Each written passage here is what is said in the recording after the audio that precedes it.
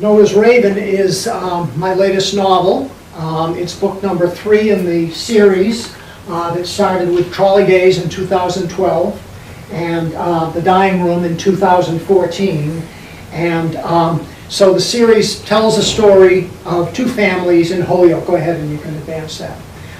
2 families living in Holyoke during the 19-teens, so that's 100 years ago this time. If you read the previous books, you know the main characters, but as I'm talking about it, I will give a little bit of background to fill in for anybody that hasn't read the books. Next slide.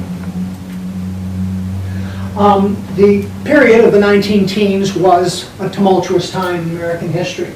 The war in Europe had been raging for 3 years, and finally America joined the war in April of 1917. That was a highly contentious decision. There were a lot of Americans that were opposed to America being involved in a foreign war. But when it finally happened, most Americans supported it, and so the war mobilization started right away in April, and by autumn of 1917, when Noah's Raven begins, American forces were beginning to stream into France.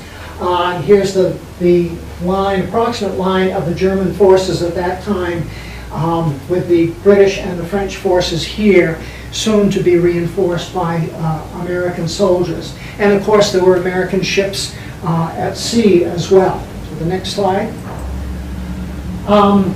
Back home, the recruitment process was very active, as you can imagine. You can see that American recruiters had a good eye for marketing here with a poster like that as a way to appeal to young men.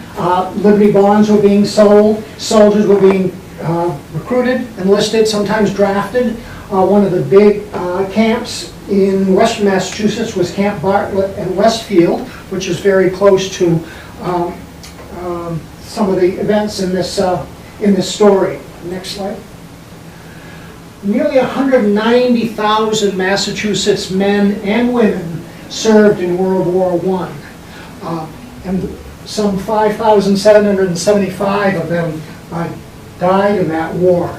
They came from all walks of life, and I don't know if you can see the names here, but they came from all nationalities, all ethnic groups. There were African American soldiers as well, and there were some women who served as well, and there were a number of women who died.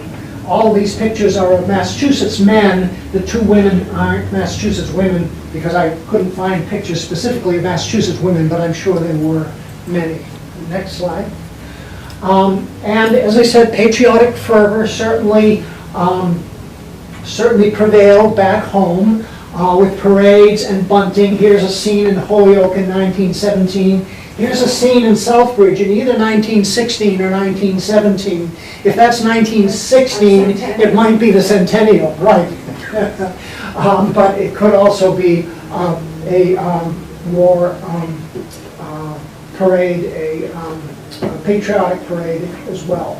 But that would explain why it was more patriotic, because from the bicentennial, we were like, wow, they were really patriotic. Yeah, right.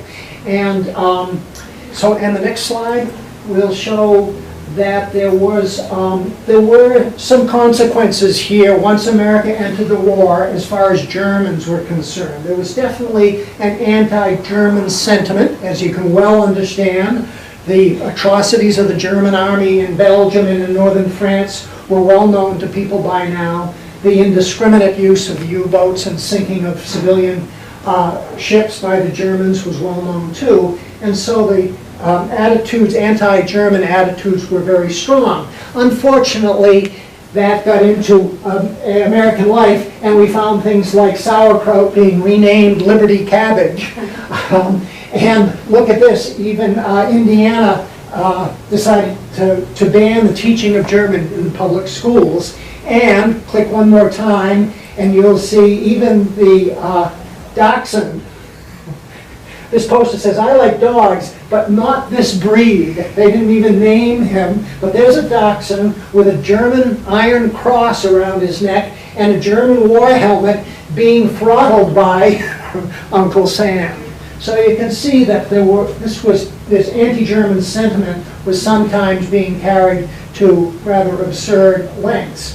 On the other hand, next picture will remind us that there was a wave of terrorist attacks by Germans in the United States between 1914 and 1917 that were not well publicized at the time. I mean, they knew that there had been these explosions, like this one in New York Harbor, and that there was an attack on J.P. Morgan, attempted assassination, an explosion in the U.S. Capitol. A number of American ships were bombed right in New York Harbor, but the Wilson administration was at pains to play these down and try to hide the fact that these were almost all German sabotage. And this was before the U.S. was in the war, while we were still officially neutral.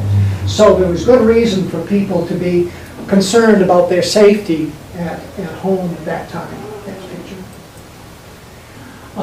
Even the Springfield Armory was placed on alert. And this is 1917, March of 1917, a story about how special security measures were being taken at the Springfield Armory against possible attacks. And that very article there kind of inspired me way back when to write the story of Noah's Raven. So next slide. So I'll just read you a few short excerpts from the book that'll give you just a taste of what the story is about and a little insight into a few of the characters. Claire Bernard, if you read either Trolley Days or The Dying Room, you will remember Claire. Now she's 14 years old, and she's about to attend grammar school in Holyoke. This is a bit of an issue between her and her father, because to get there requires taking the trolley, and he is dead set against her riding the streetcar alone. Her brother did it when he was in grade 8, but he had his father to accompany him, and her older sister did it, but she had her brother to accompany her. But Claire's father said he was darned if she was going to ride that streetcar alone every day. And Claire put up such a fuss that her father worked out a deal. And the deal had to do with a neighborhood boy named Fergal Dooley, who I think you find an interesting character. So this is the first day of school in September, and in the Bernard household. The clock on the mantel was just striking 7 when several sharp raps sounded on the kitchen door. Charles, that's Claire's father, winked at Marie, then opened the door. It was Fergal Dooley, neatly dressed in a freshly ironed white shirt, a green cravat, and gray wool trousers. He was a slight boy, all skin and bones. His head was narrow and topped with a thatch of brown hair, carefully combed and parted down the middle. His eyes were large and green, his face pink and dotted with freckles, his mouth tiny and circular, as if he had just seen a ghost. He was, as Charles had observed, a curious mechanical quality to his movements and his words. "Good morning, Mr. Bernard, sir. Is Claire ready, sir?" added Fergal. With every word, the boy's Adam's apple bobbed like a bouncing ball. "She is indeed, young man," replied Charles with a smug smile. Claire had disappeared into a room, but promptly returned to the kitchen, book bag in hand. So they get ready to go, and as they're about to leave, Charles says, "Oh, Fergal," he says, "be sure you sit near the front of the car," this is on the streetcar, where the motorman can see you. Okay? "Yes, sir," replied the boy.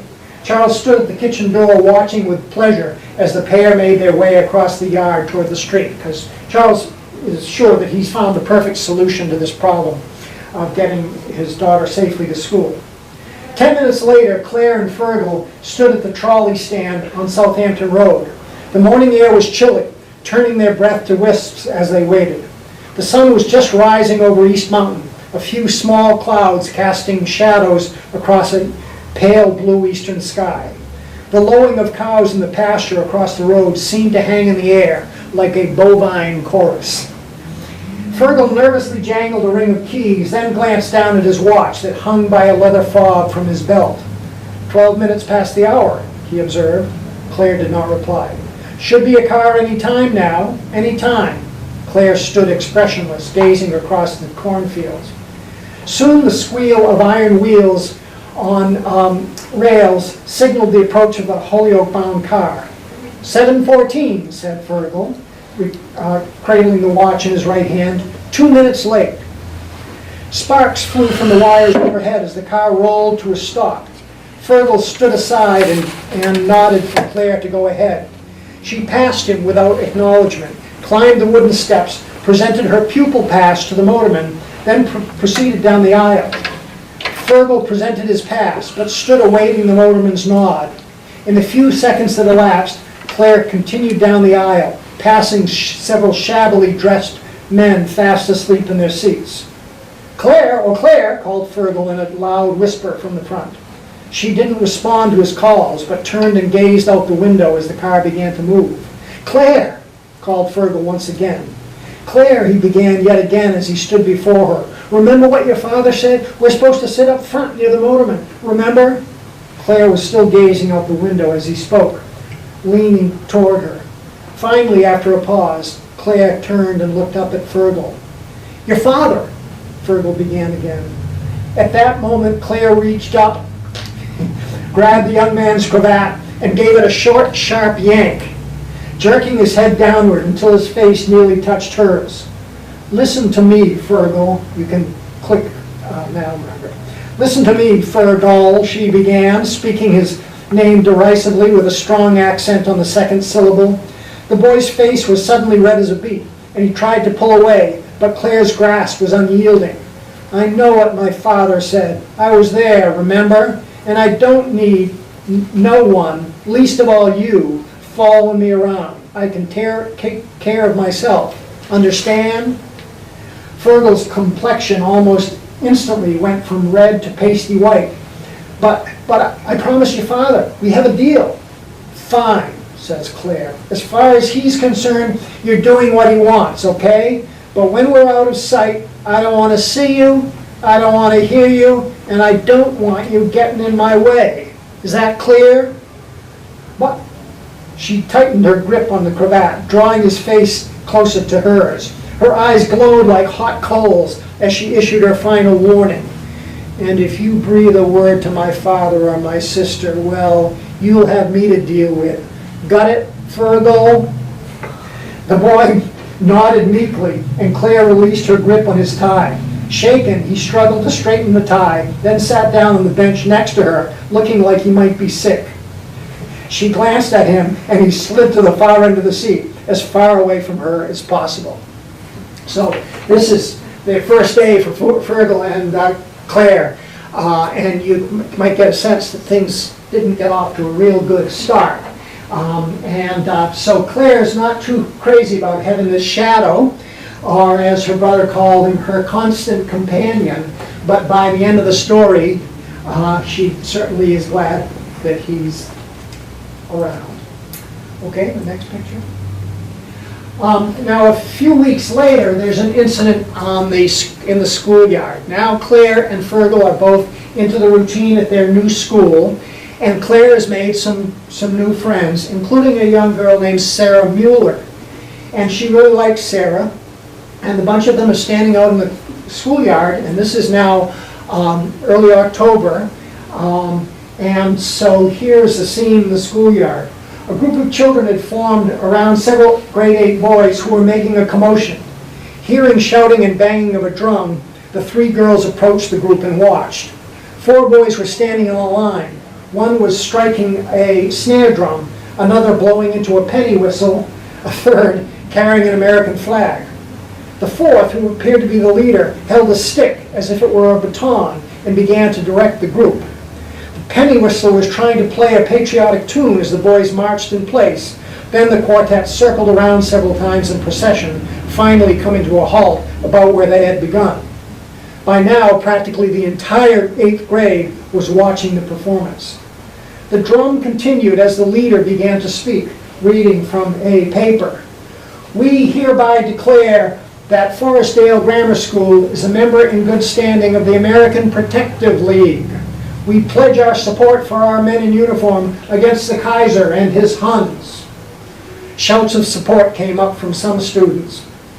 We furthermore pledge to resist those foreign aliens in our midst, whose one desire is the victory of Germany in the Great War. We will rout out these dangerous demons and destroy them. Again, a few shouts of encouragement rose from the pupils, while many others stood confused or only vaguely interested in what was going on. At that moment, a 5th boy appeared wearing a paper hat and vest painted to resemble Uncle Sam, and a white beard made of lamb's wool. The boy had a malevolent leer in his eye as he circulated among the crowd, holding something inside his vest. Suddenly he withdrew his hands, producing a can of poster paint from the art room and a long, narrow brush. He dipped the brush into the paint, raised it threateningly above his head, and began to circulate among the onlookers. Pupils backed away from him, causing him to run still faster. Then he brought the brush down with a sharp motion, and gobs of red paint flew, splattering over the hair, face, and clothing of 2 pupils, one of whom was Sarah Mueller, Claire's newfound friend. Sarah stood shocked, wiping paint from her face. And so Claire ran first to Sarah's aid, but Sarah goes off into the school crying. But there's this other boy who's been spattered, who's sitting nearby, and she walks over to him. He had started fighting with the splatterer. She said, "Thank you for putting that wretched creature in his place. I'm sorry about all this. Why'd they pick on you and Sarah?" Claire asked. The boy looked up. His eyes were green, his features soft and delicate. "Because they're jackasses, that's why." "Well, thank you anyway." She smiled at him, Mrs. Claire. Then he smiled. "What's your name?" asked Claire. Albert Albrecht," he said. Claire turned and walked toward the school with Fergal close behind, so Fergal has witnessed all of this as well. Just then Fergal said something to Claire. She barked. "What?" He repeated himself. "Germans." "What are you mumbling about, Fergal?" He spoke softly, slowly. "Sarah, Albert, their families came from Germany. Albert's father and Sarah's brother Jake, some say they're German sympathizers. That's why those boys did that." Claire looked at Fergal, thinking, trying to make sense of what he was saying. After several seconds, she finally replied, "I gotta go help Sarah." So suddenly Claire's realizing that the reason that Sarah is being attacked and this other boy in her class is for their German-American ancestry. So she goes on a mission now to try and right this wrong. She wants to find Sarah's brother, Jake Mueller, and because he was a friend of her brother's, and she's quite certain that the rumors about him are false, and she thinks that maybe he can set those students straight who are spreading these rumors that he's a German sympathizer. Okay, well, another element of the story is Tom Wellington, who perhaps if you've read Trolley Days or The Dining Room, you'll remember, is a self-assured, swaggering young man who always seems to be in control of things. And at the end of The Dining Room, he's enlisted in the Navy. So he's off in Newport now, training, and he sends a couple of letters to his family. And I'll read a little bit from each of them. Go ahead and click there. The first letter is dated September 2nd. It says, "Dear Mother, Father, and Annie, thank you for your letters and postals. I'm sorry for the tardiness of this reply. Our class has a 24-hour liberty, the first since I arrived, and honestly, this is the first chance I've had to write. They are working us very hard, night and day. We have at least 3 hours of physical training every day, usually mornings, then we have school all afternoon. This week we started specialized training another 2 to 4 hours a day. By the time we've dismissed, All I can do is eat and fall into bed. I am going to communications school. I guess because I told them I used to fool around with my wireless a lot when I was at Dorchester School. It's all very complicated, but interesting. Sparks, signals, codes, all that. We'll tell you more in my next letter. Not sure when we get our assignments, but everything is running at full tilt as the boys are saying we'll be shipping out soon. All the news we hear from France is good, and the talk is that the whole shooting match may be over pretty soon. Give my love to Uncle Richard and Aunt Charlotte. Love from your son, Tommy. September 2nd, 1917, Newport, Rhode Island. And that was very much the attitude of most Americans in early fall of 1917 was our boys are arriving there, we're going to clean things up really fast and this war is going to be over. Well, a few weeks later, about 4 weeks later, Tom writes a very different letter to his sister. Click it once more there, if you would. So this is dated September the 28th. Dear Annie, I have just written to Mother and Father, but wanted to say a few things just for your eyes. That is why I'm addressing this letter to you at your work rather than at home.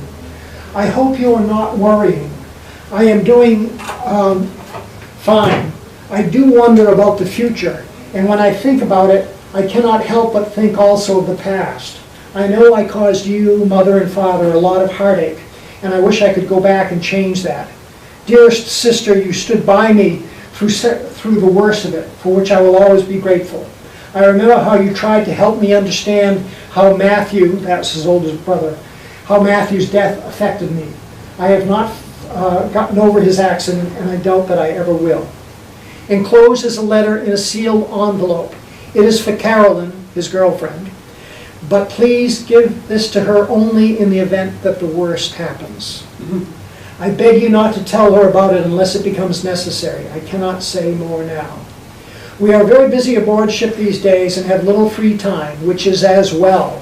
When I have too much time on my hands, I start to think about what may be coming. It is better that I just allow my work to absorb all my attentions. Annie, please forgive me my many trespasses and always think well of me, as surely I will of you. So Tom is much more reflective now. The reality of his situation is beginning to come through to him, I suppose. And we think also that his ship has gotten their assignment. The folks back home, or Anne anyway, suddenly is realizing that her brother, who's usually so footloose and fancy-free, is quite worried. Next slide. Now, if you're wondering what the Noah's Raven title of this is about, that has to do with the dinosaur footprints that some of you may be aware of. They are in a sedimentary rock along the banks of the Connecticut River, all the way from Greenfield to the north, way down into Connecticut. And they are tracks of dinosaurs, we know today. But back in the mid-19th century, when they were first discovered, some thought they were the tracks of giant birds. They certainly do look like bird tracks, some of them like turkey tracks, except they are 12 to 18 inches long. And so they got dubbed Noah's Raven, the tracks of Noah's Raven, which is a biblical reference for the bird that Noah presumably sent out to find land during the Great Flood. So on this day, Anne Wellington, Tom's sister, and Jack Bernard, their boyfriend and girlfriend, are taking a picnic lunch to the dinosaur footprints, which is not, this location is not far from downtown Holyoke. And if you'll click once again, you'll see the man they run into. His name is Professor Henry Smith, and he's doing research on the dinosaur footprints. And he's kind of a shy, reticent man, and it takes a while for him to warm up to talking to them, but eventually he talks in great detail about the dinosaur footprints and about what he knows about them. Well, Anne is all excited because she now works at the Women's Home in Holyoke, and she invites him to come and do a lecture at the Women's Home about the dinosaur footprints. And so after declining several times, he finally agrees to do that. And so in the next picture, you'll see a scene that might have been from the women's home a few weeks later with Professor Smith. And Anne introduces him. Ladies and gentlemen, it is my pleasure to introduce Henry Smith, visiting professor of paleontology, Yale University, for this evening's lecture, Evidence for Ancient Reptilian Quadrupeds in the Connecticut River Valley. Professor Smith. And the professor is, again, is curiously nervous and ill at ease at first, but eventually he warms to his topic and he starts to talk to the audience, mostly young women from the women's home, about his research. This evening I shall endeavor to convey to you some of the insights we have gained from those tracks in stone, footprints in the sands of time, they have been called. This is by no means a finished study, but rather a work in progress that continues to this day. I have for you just a few photographs in my magic lantern, which was the projector of those times. And he proceeds to show them some images of the footprints themselves and of dinosaurs. Some of the young ladies in the audience gasped at the images that they saw. He says, from the outset, Professor Hitchcock, who was a geologist who first researched them, and many of his contemporaries attributed these marks to avians, to birds. This is Professor Smith talking now. Or at least bird-like creatures. In this next photograph may be seen a grid of twine laid over the rock at 3-foot intervals. As you may observe, the tracks vary in length from 8 to upwards of 2 feet, 8 inches up to 2 feet. One of the ladies says, "Those would have been enormous birds, Professor," shaking her head in disbelief. The professor nodded and smiled. "Indeed, made no doubt by creatures that no longer exist anywhere in our world." Another guest says, "Victims perhaps of the deluge described in Genesis in the Holy Bible?" Again the professor nodded. In fact, they, the creatures that created these tracks, have been referred to as Noah's raven. According to the Bible, when the ark was adrift on the seas during the great flood, Noah dispatched a large bird to fly out across the waters in search of land. Hence the name. The ladies replied, "So the biblical legend is proven." Professor Smith paused, smiled, then nodded. Perhaps so, although according to Scripture, the inundation occurred but a few thousand years ago. The Triassic period of these tracks is, well, considerably before that time. Well, how much earlier, Professor? Approximately 200 million years before the present. A collective gasp rose as the audience contemplated this. The Bible suggests 6,000 to 10,000 years or something like that for the age of the earth. I realize, continued the professor, that such an expansive time contradicts many long-held beliefs about God's creation, but the evidence is really quite consistent and unequivocal. Do you mean, Professor Smith, said one of the attendees, are you suggesting that the good book is in error? Ma'am, I have the greatest respect for the Christian faith, said the professor. I myself was raised within the Lutheran Church and continue to adhere to my faith, despite what I know to be scientific fact. After all, who in this day and age takes every word of Scripture literally? We do not advocate stoning as proper punishment for a rebellious child, nor death for an adulterer, or one who does work on the Sabbath. He paused. The Gospels were not written by scientists, and we cannot use the Bible as a basis for our knowledge on such matters. We must rely on factual information wherever possible, on pure and natural science. There followed a good deal of murmuring among the audience. Professor, came a man's voice from the rear.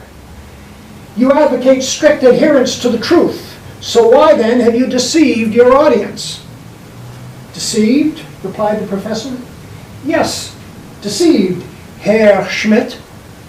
A heavy, uncomfortable silence fell over the room. Go ahead. Dr. Heinrich Schmidt, if I am not mistaken. This is the man in the back of the auditorium speaking. Born in Hamburg, Germany, educated at the university there, only recently arrived in America, and having returned to the fatherland on numerous occasions since emigrating. Is that not so? The professor's face was suddenly bright red, and he was sweating profusely. There was a long silence as the audience awaited his reply.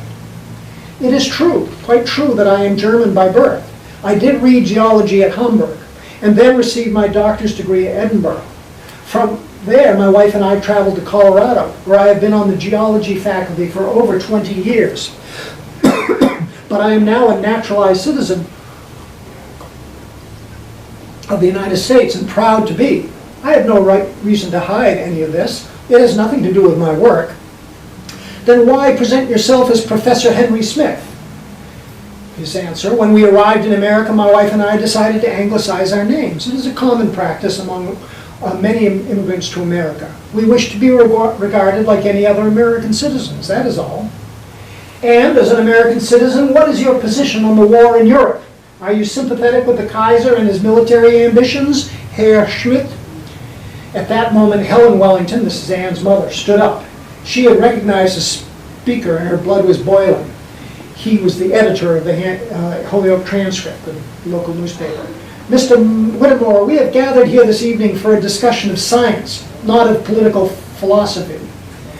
Ma'am, he says, I only wish to inquire the speaker's loyalty. Sir, Helen responded, you have had ample opportunity to express your opinions in the transcript, distasteful though they may be to many of us. I would ask that you spare us all your grandstanding this evening and allow the professor to continue his lecture. So he does, and but he is very upset by this encounter. After it's all over, Anne comes up to him and says, I apologize, Professor Smith. I am truly, truly sorry. I wish people like Mr. Whittemore would take the time to learn the truth. You are as patriotic as the next person. After all, you have a son and a son-in-law fighting for the Allies in Europe. He had told Anne about his family. The professor nodded, then shrugged his shoulders. It is quite understandable. Helen spoke up. No, Professor, it is inexcusable. So the professor has been outed, I guess we would say, in today's terms, and he is it is now known that he's of German ancestry, and it turns out to be rather an uncomfortable evening. So next picture. This last scene that I'll read to you, the book involves 3 or 4 different stories that seem disconnected at first, but as you read, they start to weave together and you realize that they're all related. This is a scene at a bar in the German neighborhood of Holyoke, which I call Das Bierhaus. This picture is actually from the, what's that German restaurant in Springfield? The Student Prince. But that's how I imagine it might have appeared. And what we have here is a man named Manfred Becker,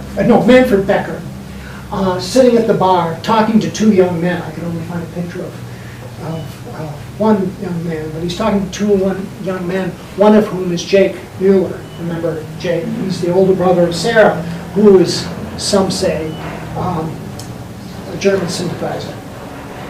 And they've been telling him that they need some work, some extra work. He says, I just might have a little extra work for both you boys. I just might, if you're interested. At that moment, Bruno reappeared. Bruno's the bartender. So the man lowered his voice to a whisper.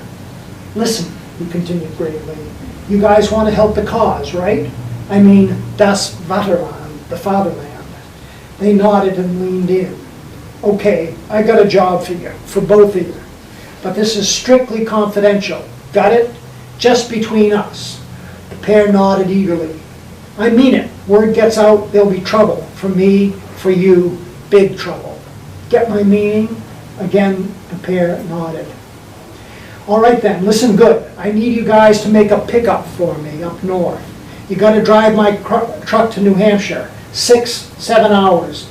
Meet some comrades. At night, they'll have some stuff, okay? All you got to do is load it in the truck, get it back to Holyoke before dawn. That's it. What do you say?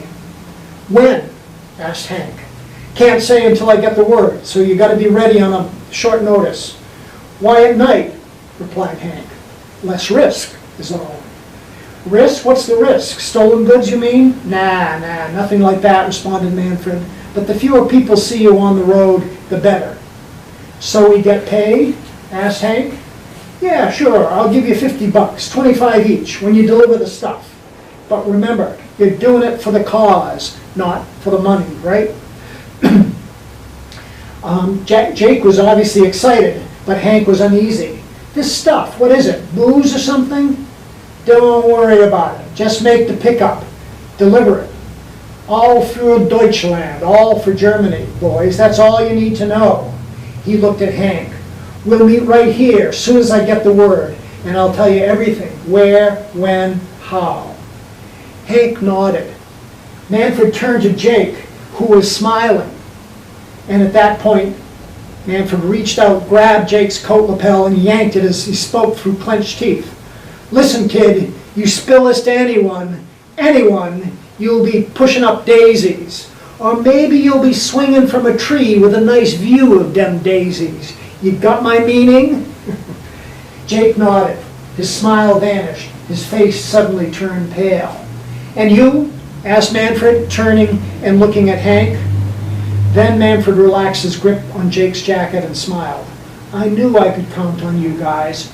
Real patriots.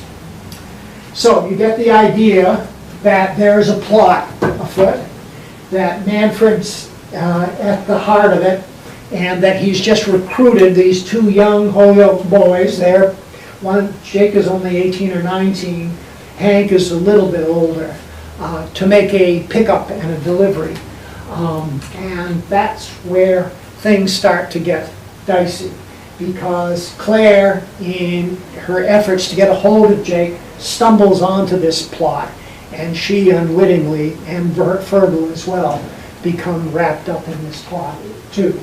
I think you'll find it an enjoyable read. A number of people have said, well, I read the first chapter and I couldn't put it down. I just had to see how this was going to turn out. There's some humor in it. There's some romance, a little bit.